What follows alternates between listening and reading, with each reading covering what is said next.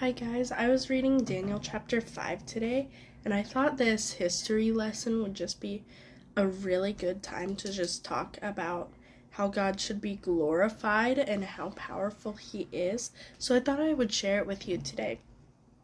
In Daniel chapter 5, King Belshazzar of Babylon, is in power. His predecessor, which means the ruler before him, was King Nebuchadnezzar. And when he got into the wilderness, because he was insane, God made him insane, Belshazzar took over. When Belshazzar took over, he started giving glory to his kingdom and saying, it was me that did it. It's my kingdom. I need to be glorified. Well, the thing is Belshazzar, because he was the heir to the throne, he was under King Nebuchadnezzar's watch, and he saw Nebuchadnezzar go through this whole humbling process and realizing that God is all-powerful, God is the only God, and that he is amazing. But Belshazzar never submitted to that.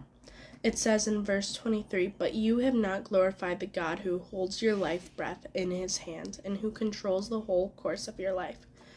God is all-powerful, and we need to submit to him, not because, he's a terrible God that we should be completely fearful and terrified over, but because he holds our life breath.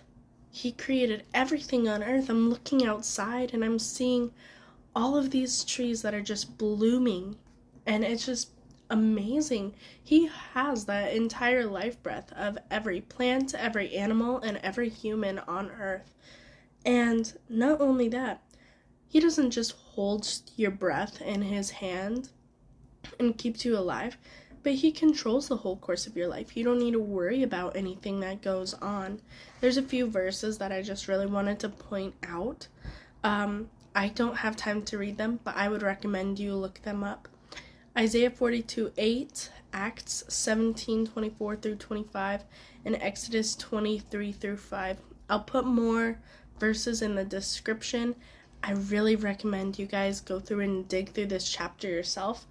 It was really hard for me to read it and grasp it, as it was more of a history lesson to me, but I think you could get a lot out of it about what God expects for us, and rightfully so. So I hope you guys have a good day.